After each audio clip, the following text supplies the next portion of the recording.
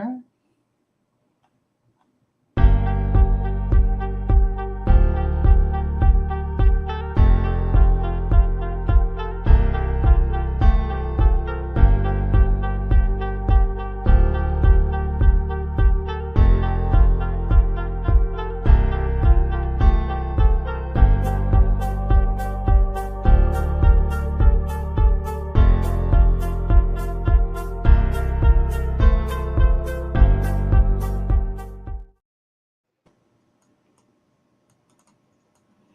Hello and welcome everyone to the IT On Call podcast. My name is Ross Feldman, or as my clients know me, Ross to the rescue. My company is Better Call IT. We consider ourselves the Advil to the business technology headache that people have every day. This has been a little bit of a passion project for me, and I had an idea just driving home from a client, and I called up Lianne. I was like, "Hey, Lianne, I want to go do this," and she's like, "Of course." So I'm so excited to introduce Lianne, the clutter consultant. How are you doing today? I'm doing good. How are you? I'm doing well. It's been lovely weather here in Charlotte. We got cold down to 17 degrees, and that's how it goes. It snows one day, melts, and gets cold the other day. And I just love I love the Charlotte weather. I love being down here. Nothing like four seasons in one day. Absolutely. All right. So what are we talking about today? Today we're talking about Streamline Your Space and Tech, the ultimate guide for decluttering and digital harmony. It's a passion of mine to be efficient. That's why I use technology. I like my technology to be efficient and clean and functional and doing the best it can do. And when I think about cleaning and organizing spaces, I think about Lianne. Well, you're not alone. I have a few people who say that. And when I think technology, it is all about Ross. If it blinks or beeps, it's my domain. Yeah, All call right. Ross. So, as I said before, I'm Ross Feldman, Chief Technology Officer at Better Call IT. We're an IT managed service provider here in Charlotte, North Carolina. We've been in business about 25 years now. I've been a Charlotte resident for 31 years. Moved from Philadelphia to Greensboro to Charlotte. Lived over Lake Wiley for a few months before moving to Providence Road. Went to Northwest School of the Arts, and I played tenor sax and clarinet. I sat next to some world-class musicians. They are currently traveling the world with CeeLo Green and all those famous people that you can think of, Elton John. And I knew I was just not that talent bracket. So this was just something to get me through high school. I knew I was going to get into the technology field. My first PC was a 1987 Amstrad. If you don't know, that had 2 discs and a green screen. One disk had your operating system, and one disk you saved your Word documents on, your Word files. So that's where I started, dial-up, copy machine, things like that. My parents had a business doing textiles and quality assurance for textiles and chemical sales, and they needed someone, and I was convenient, and I've always been a troubleshooter. So I started doing tech support for my parents' business. I met my wife 18 years ago. We've been married 15 years. We have a 10-year-old son. He's an avid gamer, does Roblox and Nintendo Switch. Right now we have a YouTube channel called Nintendo Gaming that we're doing live play of Super Smash Brothers. And he plays as Kirby and I play as everything else.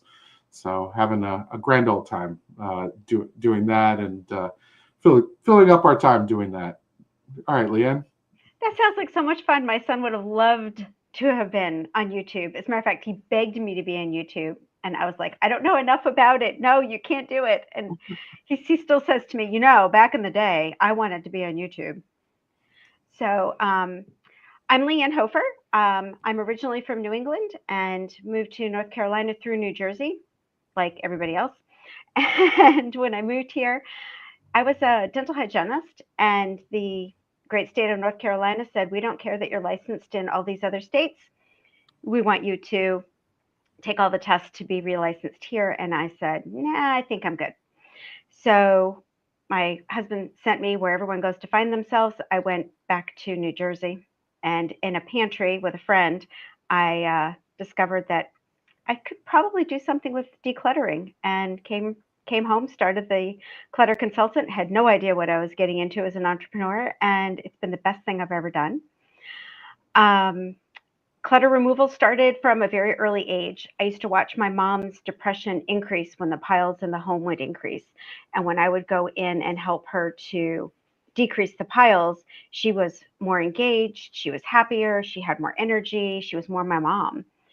And I was able to transfer that into what I do with the clutter consultant, which has really just been amazing. I met my husband standing in line in New York City. He was on a date with somebody else at the time. I've been with him ever since. First thing I said was, "What a jerk." Second thing I said, I could marry him. I did. We have one son. He is learning to be an adult on his own, and it's been beautiful watching him find his wings and fly. And we have a hairy beast. He is a golden retriever, and if you come to my house, you will leave with golden shards of puppy love all over you. Exactly. Tumbleweeds, even though we vacuum every day, we have tumbleweeds everywhere. I love it. I love it. And I skipped over my own script that I wrote because I don't ever follow a script. How we met. We've met through many networking groups here in Charlotte, but specifically KBL, Keep Business Local, that meets at Mario's Italian Restaurant, John's Place in Matthews, and they meet the first Tuesday of every month at 5:30. And it's a great group. I absolutely enjoy working with each and every one of those members, and it's a free group, which, hey, you get what you pay for. It's good. I like it. It's good. I love that group. Very supportive of each other, really looking forward to do business together. And of course, meeting you is definitely one of the highlights of being a member of KBL. Absolutely. Same to you. Thanks. All So, right. What do we find in our pantry? oh, finding in our pantry is, oh my gosh, the stuff that's in a pantry. You know how you feel heavy when you think about clutter? You feel like you're being weighed down. This is where a large portion of the weight is sitting. It's in your pantry. How much stuff is expired. This is where I found the clutter consultant. When I was visiting that friend in New Jersey, it was 10 o'clock at night. I wanted to ruin my diet. I went over to her pantry, and with a mouthful of expired cereal, because of course you have to taste it to make sure it's, still crunchy. She's like, "That's what you need to do." And I was like, "What? Eat stale cereal?" Like, I didn't get it.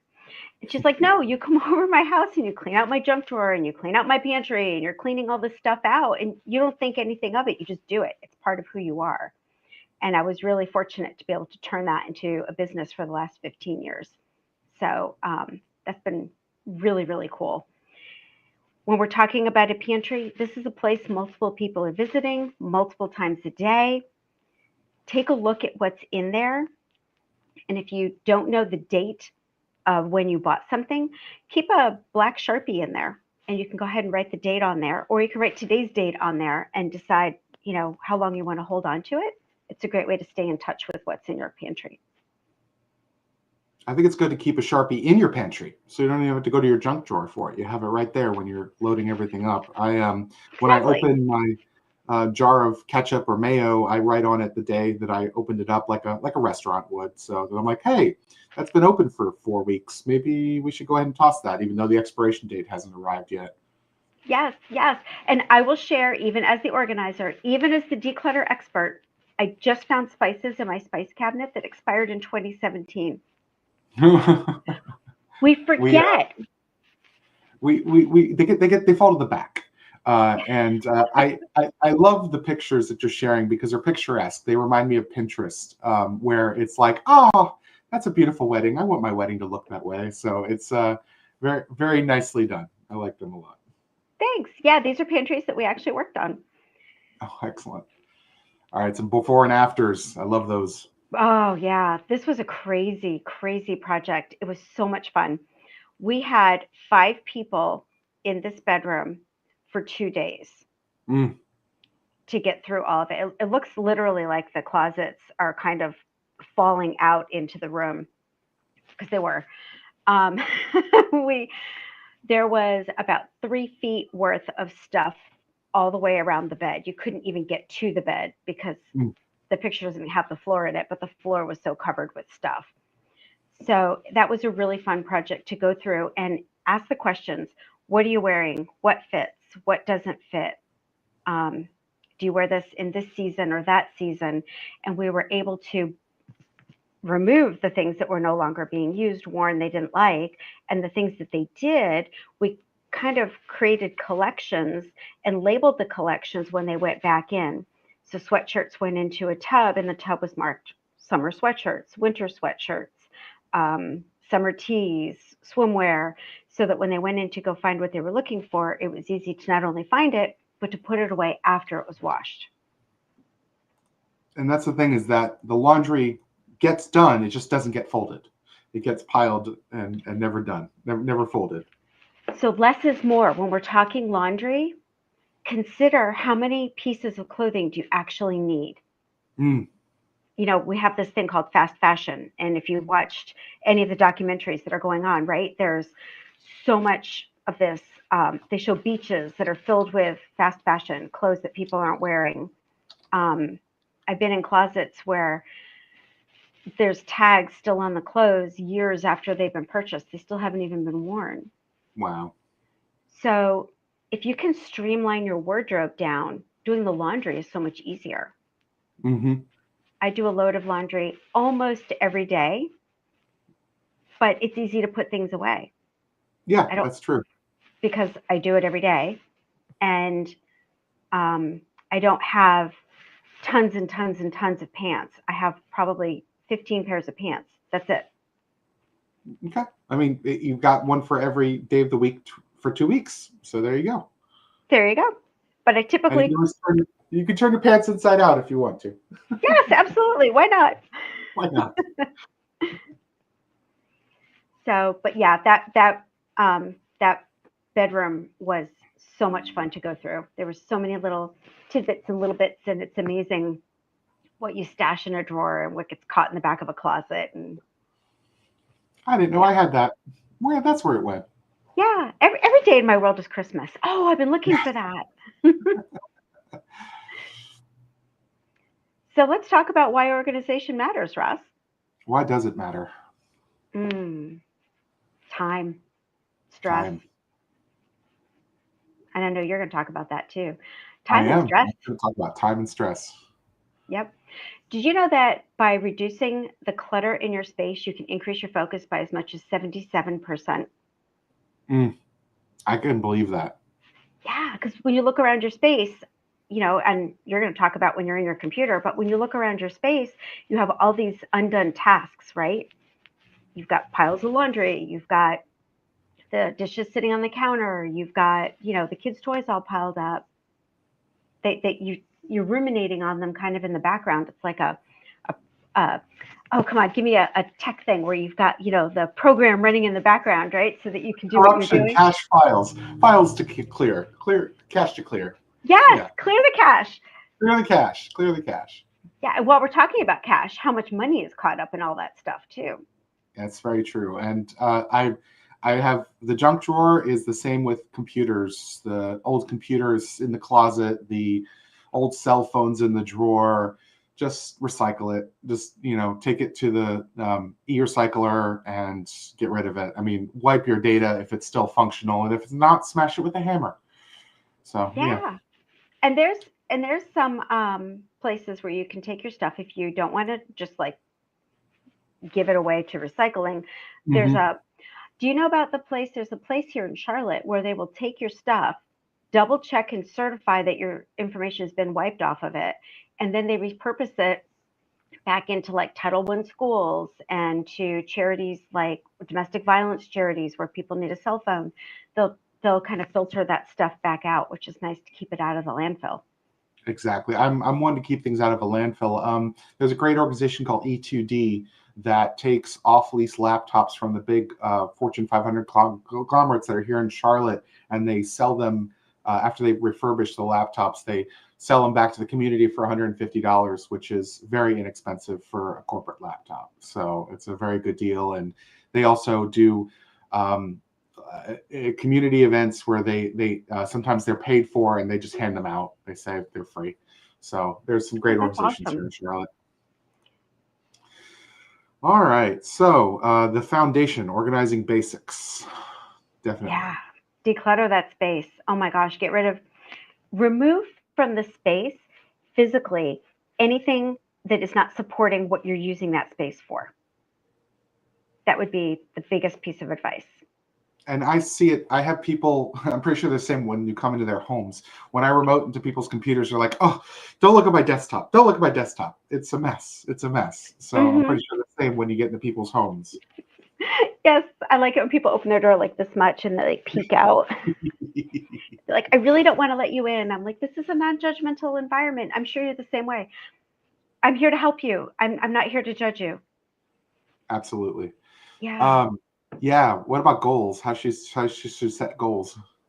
Ooh, setting goals. So what is it that's most pressing with you? And because if you have a goal to aim for, it's easier to accomplish. So do you want to have it done before you're hosting a wedding? Do you want to have it done before you're having your high school friends come in to visit? Do you want to have it done before school gets out? Do you want to have it done before school starts?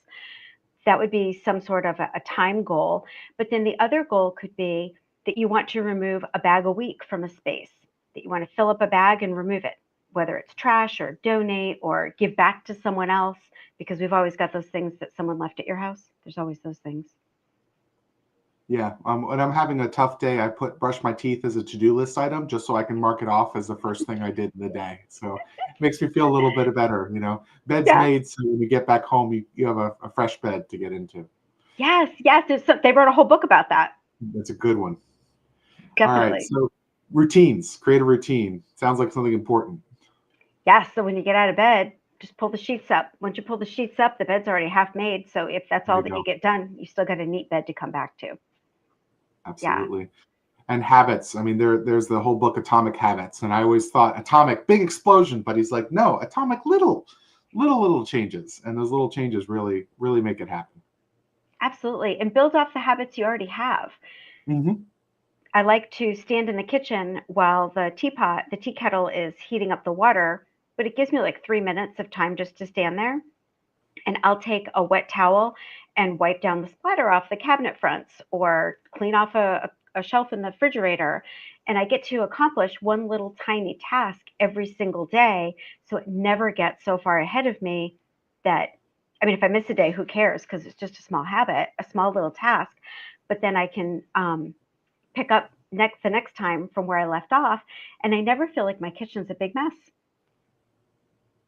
Yeah, and All it while is I'm waiting for the water to boil. those little bits, just waiting for the water to boil. And I love this. I can't change, and I love the mantra. Just stop doing whatever you're doing now because it hasn't worked before. If you've started writing your to-do list on a piece of paper and you never get the to-do list done, well, that's not the way you need to do your to-do list. If you try to do everything through an app and you never check the app or maintain the app, then don't do it that way. So stop what you're doing before you were doing today, because it's not working for you.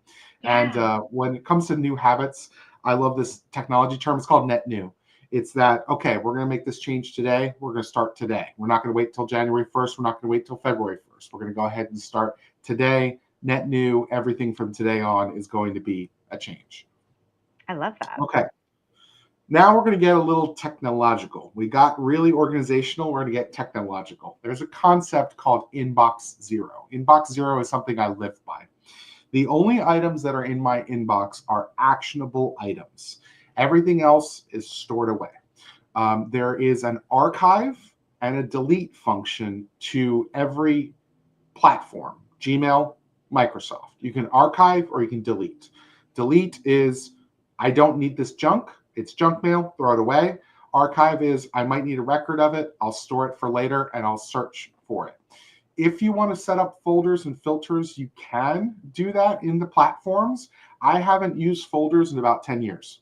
I have one big archive, and if I need something, I just search through it. And that's the way I find my emails.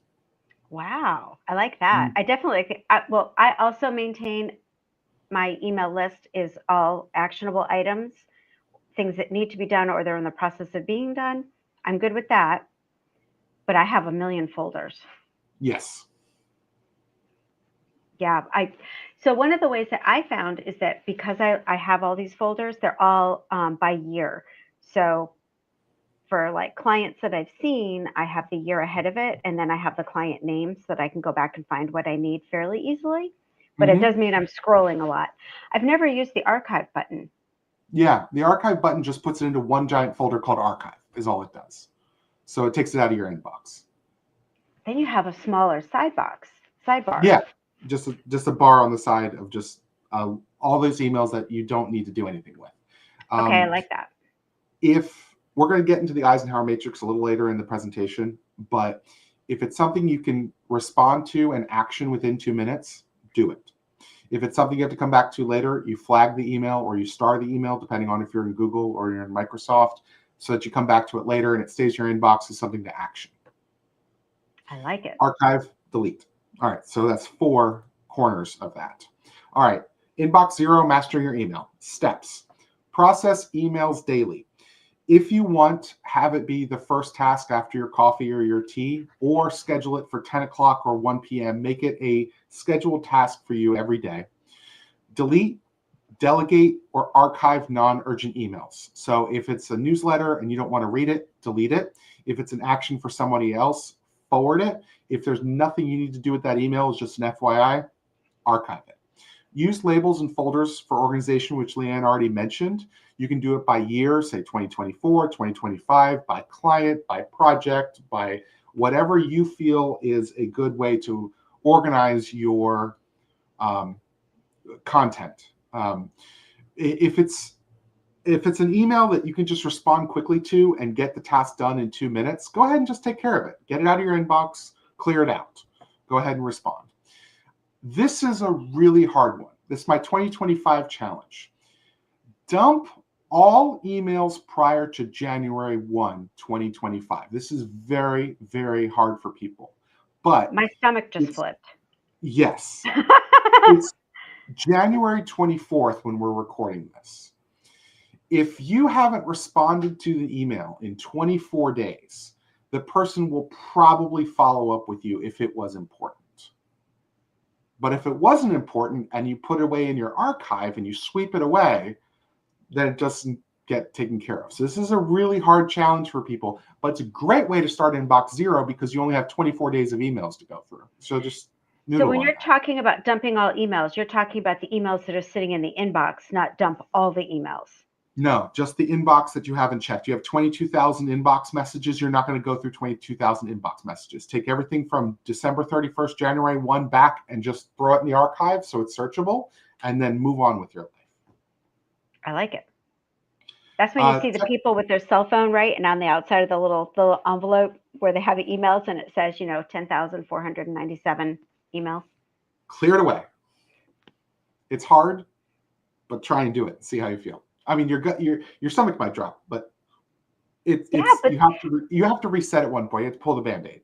It's like all that weight being removed off of you. I mean, that's so true. We're talking about stress. That definitely should be a stress release. It shouldn't be a stress creator. Tech tip is use Gmail's filters or Outlook's rules or quick steps to quickly and automatically organize your emails. Okay, so what is a Gmail filter? So if you're on gmail.com or you're on Google Workspace, which uses Gmail as an app, when you're searching for emails, to the right of it, there is a menu setting 3 little slider bar that you can click on. When you click on that, it actually gives you this breakdown of ways you can organize when you're searching your emails. Who's it from, who to send it to, what the subject line was, any keywords that are in the body, or any words you want to just skip, the size or the time of the email. After you do the search parameters, there's a button at the bottom that says Create Filter. So you're doing a search and you're saving that search as a filter. So when you create that filter, you have the ability to manipulate everything based on that filter. You can have it skip the inbox. So if you know you get a lot of emails from a certain individual that you never actually want to read, you can have it skip the inbox. You can mark it as read. Putting a star on it is like an Outlook when you flag the email. So something that needs your attention later on, leave it in your inbox, put a star on it, you'll come back to it. Labels is what Gmail calls folders. So you filter into folders or labels. You can set up forwarding automatically if you want it to go to a different email address. You can automatically set emails to delete. I use the delete automatically when the unsubscribe button doesn't work. I've had newsletters that I've unsubscribed from and they still email me, so I just set up a filter that deletes those newsletters automatically because I never read them. Same with sending to spam or marking as important. And then categories is another derivative of labels.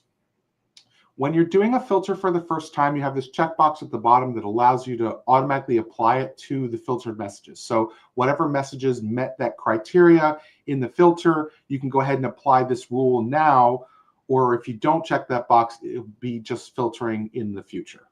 All right, that was a lot, but that was Gmail. That delete it button right there was gold. It's great stuff, great stuff. Definitely need to delete stuff. And it makes you feel better. It purges it. Yeah, and you never have to see it. Decision once and it's done. It's out of your hair. It's done for. Outlook has two functions. One's called Quick Steps and one's called Rules. Rules has been around since the beginning. Quick Steps is a little newer. If you see some examples, a quick step can be if you're regularly moving items to a specific folder. Lianne mentioned she has a long list of folders. If she's always working with a specific folder more often than not, she might want to set up a quick step in Outlook to be able to automatically move to that specific folder. You can also set key shortcuts on your keyboard for quick steps, like Control-Shift-M or something like that. So again, you can take these mechanized capabilities and apply them to Outlook quick filters. If you're in a corporate environment and you have a manager and you need to regularly forward stuff to your manager, or you have someone reporting to you that you need to regularly forward stuff to, you can set that up as a quick step. If you have a team of people that you need to regularly send a quick step email to, you can do that. Done is that archive I was telling you about. So quick step, putting it into the archive, you no longer need that email, mark it as done. Reply and delete, same thing. You have a 2-minute response and the plan is to delete the email after the response. Just set it to automatically reply and delete. I like it. It's good stuff. All right, we're diving into the Eisenhower matrix. Now, I'm a visual person, and the visual gets on the next slide. This is the conceptual slide of what we're talking about. What is the Eisenhower matrix? It divides tasks into 4 quadrants based on urgency and importance. And by the way, urgency and importance are 2 different things. In quad 1, it's items that are both urgent and important, so you have to do them now. In quad 2, you have things that are not as urgent, but still important. You need to schedule when you're going to do them. Quadrant 3 is urgent. They must get done, but they're not that important. Maybe you can delegate it to someone else to do. Quadrant 4 is both not urgent and not important. This is that magic delete key. This is when you delete it. So that was the concept. Now for the visual. This is the Eisenhower matrix. As you can see, you've got important on the top row, not important on the bottom row, urgent on the first column, and not urgent on the second column. So again, do immediately, plan, prioritize, delegate for completion, or delete it completely. How's that? I love it. It's good stuff. I like the Eisenhower matrix. Easy to follow too. Like that's something that even if you're busy, you can recall this and work it through quickly. When I'm working with new tasks and new concepts, I print them and I tape them to my monitor. So I practice them. And once they're practiced, I recycle. So everything around my monitor is currently new tasks that I'm learning or terminology I'm trying to remember. I've got ADD, so I don't remember things very well. So I have to constantly remind myself with Post-it notes. But I don't have that many around. I just have 3 Post-it notes right now of things that I need to work on. Oh, that's good. With the Eisenhower matrix, you need to reassess weekly. It's a daily activity, but you need to just check yourself before you wreck yourself. Avoid living in quadrants 3 and 4. That's the bottom left and the bottom right. You want to live in the top, not on the bottom. You don't want to waste your time on not important, not urgent things. All right, bookable calendars. You're going to get a bookable calendar from me at the end of this call. scheduleross.com. I bought this domain to make it easy. When I'm talking to someone, they're like, hey, we need to do a one-on-one. I say, stop. Pull out your phone. Go to scheduleross.com. My calendar is open and bookable. Book a time that works for you right now. No time like the present. It reduces the back and forth of scheduling and follow-up and doing the email thread and the phone calls and the voicemails. It just goes ahead, knocks it out, and ensures there's control over my time. If there's a time that I'm not available, I block it on my calendar so you can't book it. So my son's birthday is coming up. That day is blocked. Can't book it. Not available. Blocked whole day. Doesn't matter what we're going to do for his birthday. It matters that that day is not available. There are multiple tools that are out there to do this. I use Calendly for me personally. For my team at Better Call IT, we use cal.com for a team calendar where we're collectively available in one calendar. Chili Piper, HubSpot Appointments, and Honeybook are some other ones that are out there. Microsoft has their own version of it called Microsoft Bookings if you're in Microsoft 365. And Google Calendar has appointment slots that you can set up as well. So there's many different tools out there to be able to get the same thing done.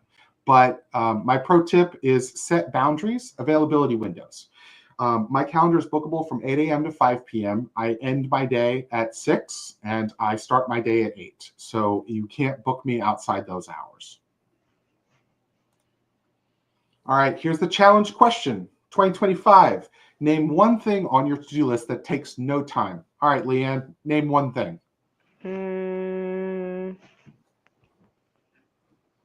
I can't. There's nothing. Everything takes time. So why don't we put everything on our calendars? That's my challenge for 2025 is put every to-do list item and stop at 5. You can't get more than 5 things done in a day. I guarantee it, especially with the busy schedule and kids and the dog and the house and the tea and the kitchen cleaning and the laundry. You probably can't get more than 5 things done in a day. So don't try. Don't overload yourself. But why it works is it's a time blocking that ensures tasks are done and prioritized. I'm going to do this at 10 o'clock from 10 to 10:30. I book my own calendar with my own appointments and my own to-do list. This reduces procrastination. You've got it on your calendar. You've got an appointment with yourself. You're going to get it done. And you'll feel good after you get it done. You're like, hey, I did 5 things today. I made the bed. I did my laundry. I brushed my teeth. Review your to-do list daily. Some people get anxiety doing it right before bed, so you might want to find a better time to do it, but review your to-do list every day. Pick your 5 items, circle them, put them on your calendar for tomorrow so you know what you're going to get done. You want to assign each task a specific time slot. If you know it's a 30-minute task, give it 30 minutes. If you know it's an hour task, block an hour. It's going to take you an hour to do it. Use color codes. You can do color coding in most calendar technologies. Apple iCalendar has color coding. Outlook has color coding. You can be able to color code for work versus personal. Taking the dog for a walk is personal. Doing your taxes is work. So get those colors on there.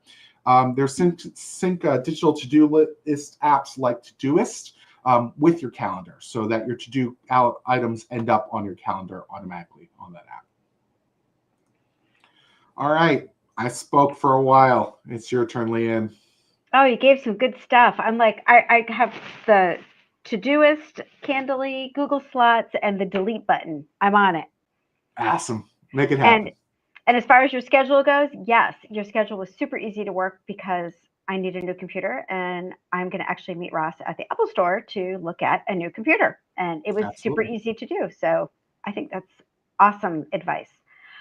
So I'm going to talk about the 3 T's because the 3 T's are going to help you stay organized. So just like Ross was saying, you're going to have things that are deletable. We're going to toss those. And by deleting, it doesn't necessarily mean toss it in the trash. It could be take it to the room it belongs. Do you have 7 water bottles and water glasses on your nightstand next to your bed? Maybe you need to take those to the kitchen. That could be a toss to tidy the top of the nightstand or to get your bedroom together. Then you're going to tidy it. So once those glasses have gone to the kitchen, do they need to be dumped out? Are they water bottles and need to be recycled? Do they need to go into the dishwasher? Is it a Chick-fil-A, styrofoam cup that needs to go into the trash? Put it where it belongs. Then you're going to tend. So by tending, you're going to come back and revisit this nightstand, our example, for as often as you need to keep it in check.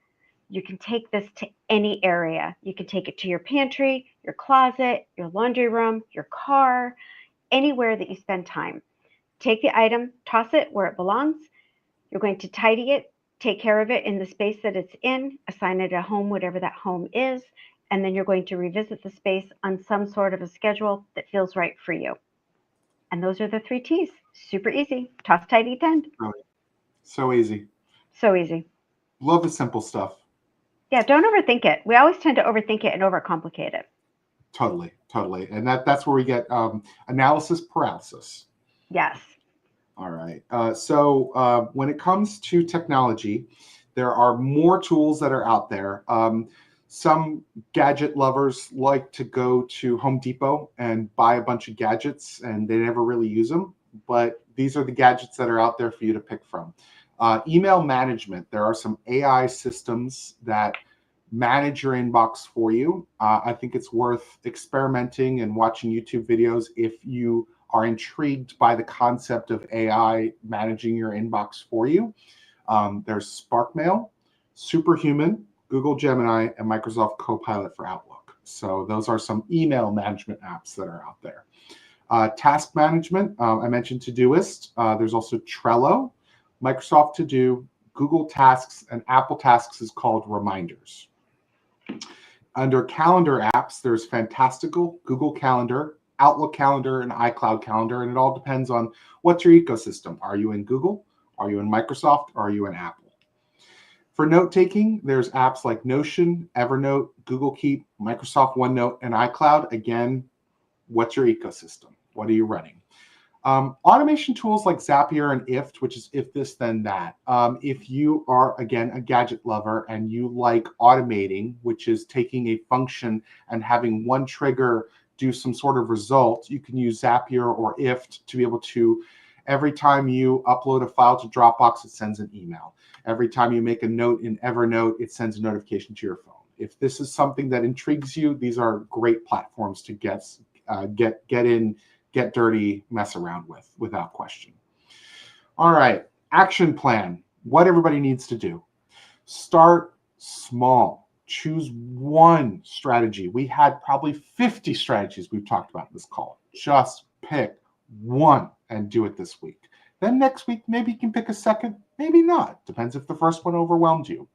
Review your progress regularly, monthly, weekly. How am I doing? Am I doing better than I was last week? And hopefully the answer is yes. Invest in tools and systems that work for you. I work in the area of business technology. I work with businesses that invest in their people, invest in their technology. We use them as business write-offs. Every piece of software, every piece of hardware. Small steps every day lead to big changes over time. All right, call to action. Well, we are live. We don't have any people in the Q&A section giving us comments, but we tried it. We might do it next time, we might not. We want to know, what tip will you start with today? We wanted everybody to share their favorite organization tools.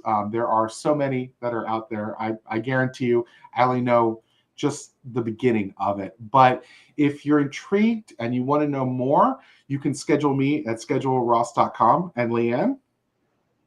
Oh, I can be found at The Clutter Consultant, and I'm currently using my Linktree, which is Linktree/The Clutter Consultant, but I do have theclutterconsultant.com as well. Excellent. And they're great resources and bookable calendars and our email addresses and our phone numbers and how to reach out with us and how we connect your flow with our workflow. Again, this is the IT On Call podcast. This has been a wonderful episode, Lianne. I'm blessed. I appreciate you coming on and doing this whole thing with me. Oh, well, thank you for having me. It's been an honor. I will trust that we have brought some value to the listeners, and that if they have some questions, they'll reach out, because both of us, I know, are wide open for answering questions. Oh, excellent. We've got one. We've got some LinkedIn responses in the comments. I love it. Do a little bit each day is what Kat Miller said. And Paula Lesso said, to-do list, no more than 5 items. I like it. Go, Paula. Very cool. Very cool. I'm so glad you guys were able to do comments and be able to watch us on the live feed. I'm so glad it was working. And to the next one. Thanks, y'all. Bye. See ya.